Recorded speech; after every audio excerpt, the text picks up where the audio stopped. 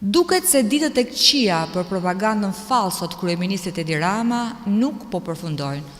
Në datën 22 tetor, në rrjetin e tij social Facebook, kryeministri publikoi foto nga punimet drejt përfundimit për ndërtimin e unazës së qytetit të Burrelit, ku po hidheshin shtresat e fundit asfaltike.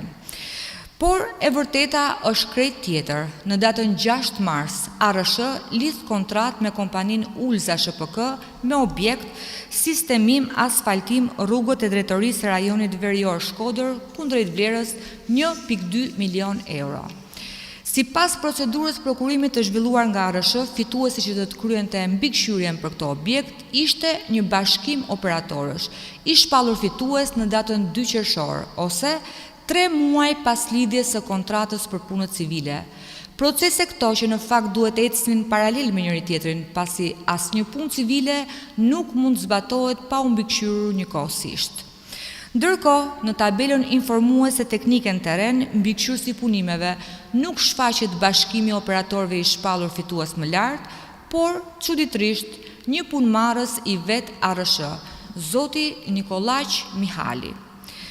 Nuk dihet çfarë ndodhi tamam me fituesit në letrat të kësaj procedure dhe as me fondet e shpenzuara për këtë qëllim, por e sigurt është që punimet për kontratën 1.2 milion euro i mbikëqyri punëmarrësi i vet ARSH. Dhe rezultatin shiheni vet.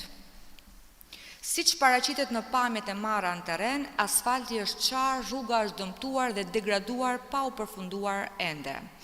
Kjo është fytyra e vërtetë e propagandës qeveritare, e cila përpiqet të fshehet dëmin, korrupsionin dhe papërgjegjshmërinë me foto e statuse në rrjetet sociale.